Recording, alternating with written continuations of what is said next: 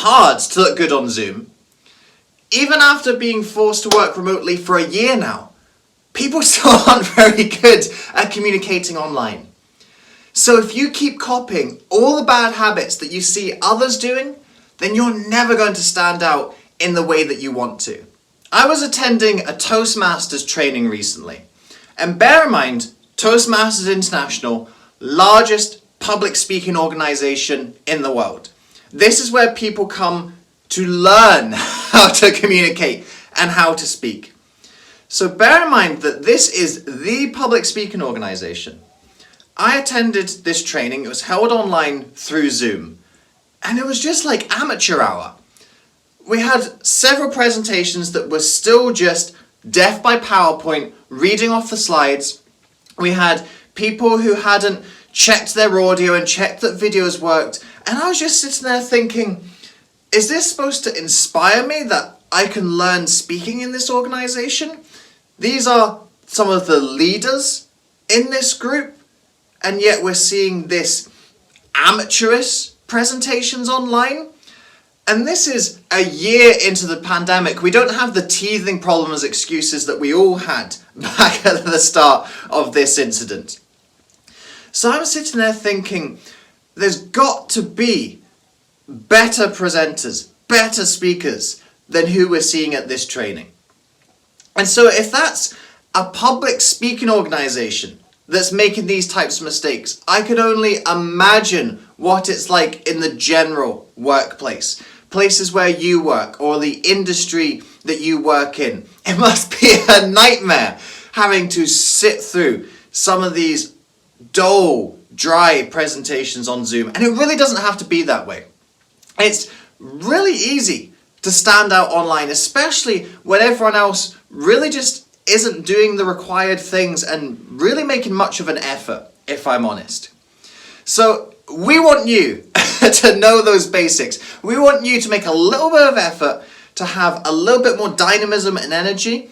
And see, when you do that, people are going to notice because they're used to sitting through these dry, boring Zoom meetings and Zoom webinars. When you come on and you have a little bit of pop and zip, that's going to make them take notice. And that's what I'm going to share with you in this video today, is a few techniques, a few basic foundations that you need to do. And if you do them, you're going to stand out the way that you want to on Zoom. Tip number 1, it's all about the eyes. It's all about having eye contact with the camera. And eye contact with the camera and not looking at yourself on the screen. You see the difference between when I look at myself on the screen of my phone right now and when I'm looking into the camera at you. And what happens so often on Zoom is we get distracted with what's on the screen. We're looking at slides, we're looking at people in their little boxes. And so you get so many people who are talking on Zoom like this. They're looking at this person over there, they're looking down at their slides, they're looking at themselves on the screen. The issue is that you're not speaking to your screen, you're speaking to your audience. And your audience are through the camera lens. You're all the way on the other side of that lens, aren't you? So if I want to make a connection with you, I need to be speaking to you. I don't want to be speaking around you, in the vicinity of you.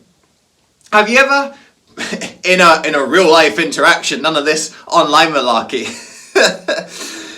have you ever been in a real life conversation with someone who just couldn't look at you? They kind of look at your shoulder, or they're sort of looking off into the distance, or they're looking down at their feet. It's really off-putting, isn't it? And you almost want to just kind of grab them by the ears and turn their head and say, "Look at me, God damn it!" And that's actually the effect that you create on Zoom or anything else that's virtual, whether it's a Facebook Live, a YouTube video like this one, that when you aren't looking at the camera, your audience feel like you're not actually addressing them. So it's a super simple flip, but it's quite a tricky one to do. It's something that you've got to train yourself into, because we're used to getting stimulated and distracted by the things on the screen, because there's actually nothing in looking at the camera. There's no stimulus there. There's nothing for us to see. But in order for our audience to feel like they're seen, that's where you need to be looking. So a simple shift that you can make, and people are going to notice it immediately, is when you stop addressing things on the screen and start speaking so your audience can be seen. The second thing you need to do is have an active window. What do I mean by an active window? Do I mean a pane of glass that's running off into the distance? No, in virtual speaking terms, the window is everything that your camera picks up.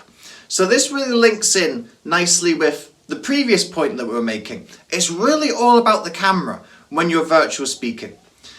Anything that the camera picks up is your window. So you see here that my window stretches to about there and about there. So everything that I do within this space, you can see as the audience. As soon as I go out of that space, you can't see what I'm doing.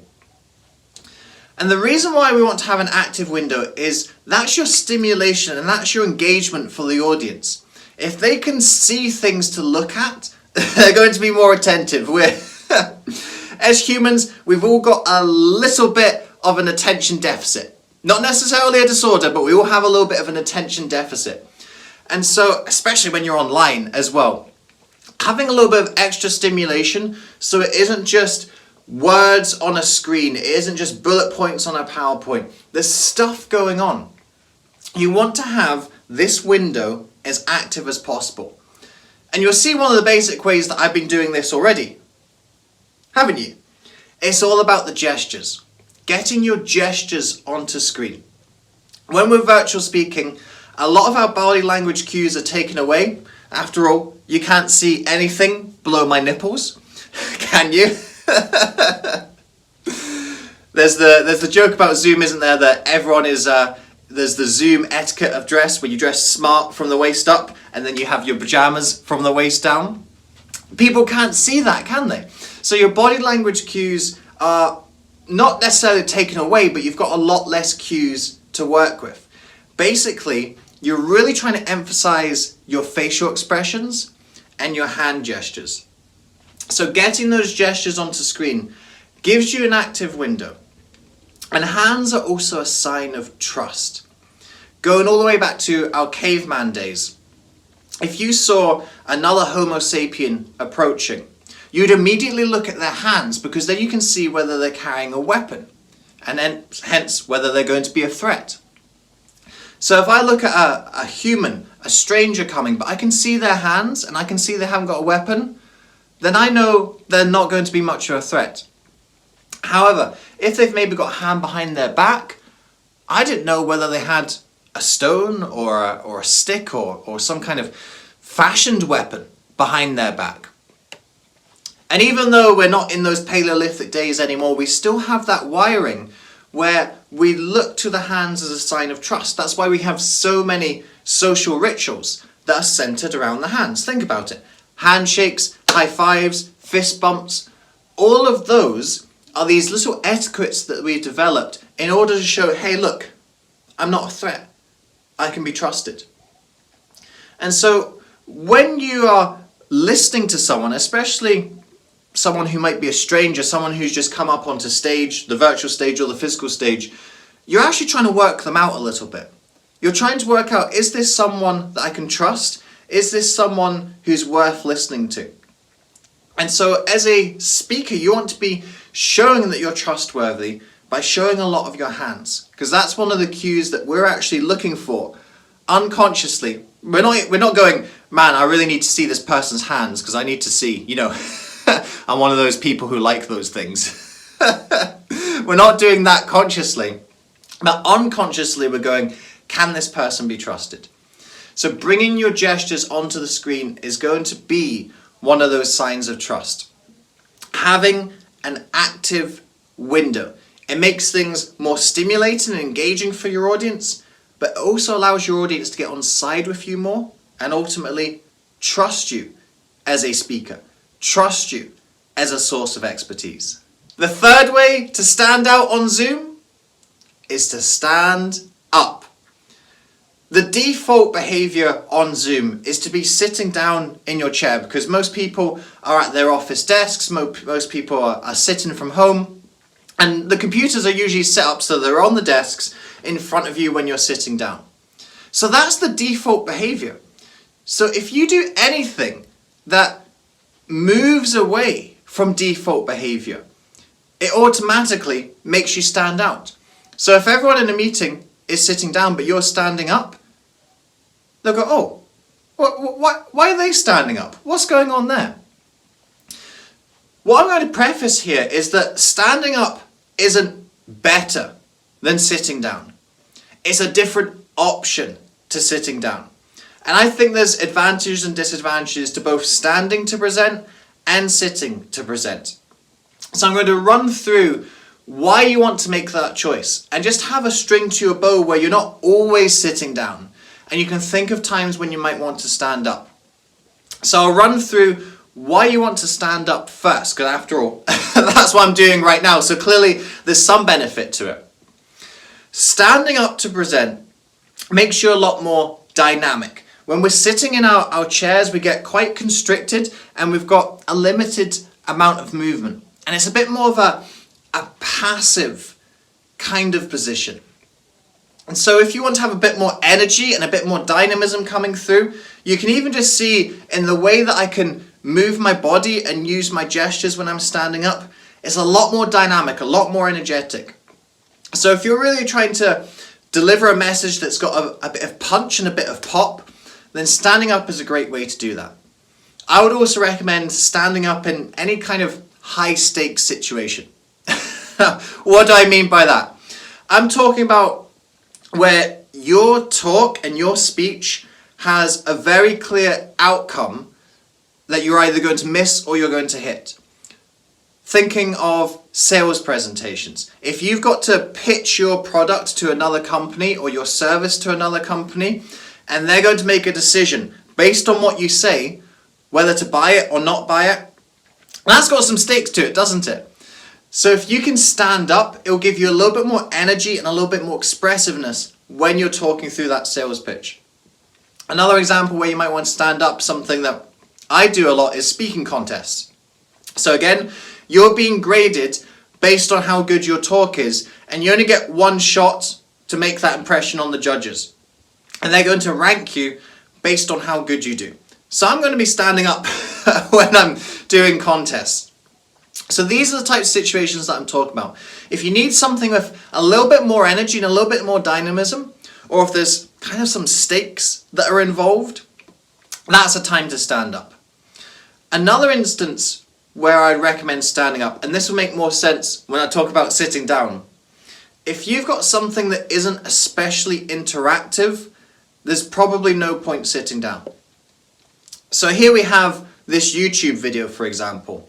Now I do interact with you here and there, don't I? But I'm not really getting anything back from you because this is pre-recorded. I'm just speaking to myself right now, and you're watching this sometime in the future. So there isn't really much of an interactive thing going on here. So I would stand up for this because this is a lot more of a, and this isn't strictly true, but we'll use some basic concepts here just to get the idea.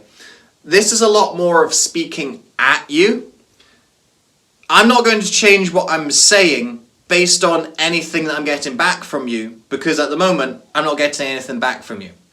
So this is a lot more of, here I am, I know what I'm going to present, I'm going to talk through it, and this is me talking through right now. It's a little bit more of a talking at you, and I don't really consider this to be talking at you necessarily, but you sort of get the idea, don't you?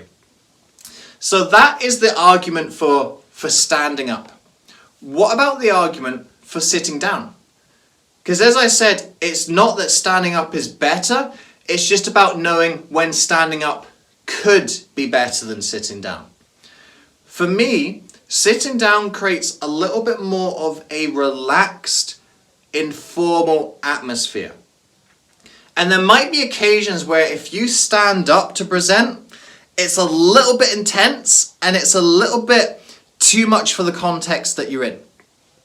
So for something like this, I would be standing up, but if I'm running a webinar or a course or a workshop, something like my Get Zappy with Zoom online course, if you enroll in that course and you watch all the videos that are in it, I'm actually sitting down in all of those because I'm wanting to create more of that relaxed, informal atmosphere.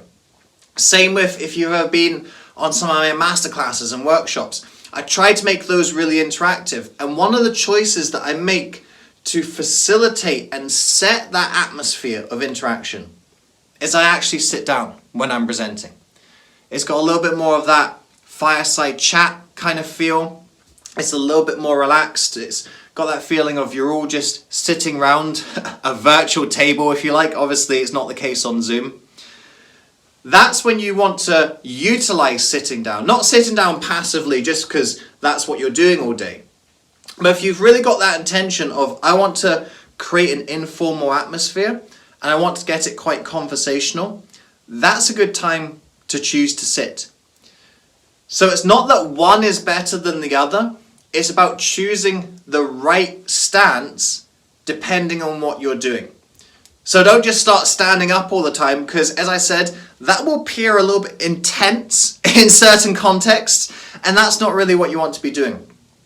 But don't just passively fall into sitting down all the time, because when there's some stakes, when what you're speaking about really has something that matters at the other end, you don't want to be sitting down and constraining yourself. You want to give yourself every opportunity to showcase what you've got. And see if you do just these couple of things that we've been talking about, you will stand out on Zoom. And you don't even need to be standing up to stand out on Zoom. As I said, we've been in this pandemic for over a year now. And we still have so many of these bad habits, people doing the same things that they were over a year ago. It hasn't changed. But if you change, people are going to notice that. If you start moving from the default behavior, you will start standing out, and your superiors, your partners, and your audiences are going to notice that. They're going to listen more to what you have to say. And getting that intention is so key in the online world. There's so many distractions. There's so many other places that people could be apart from listening to you speak.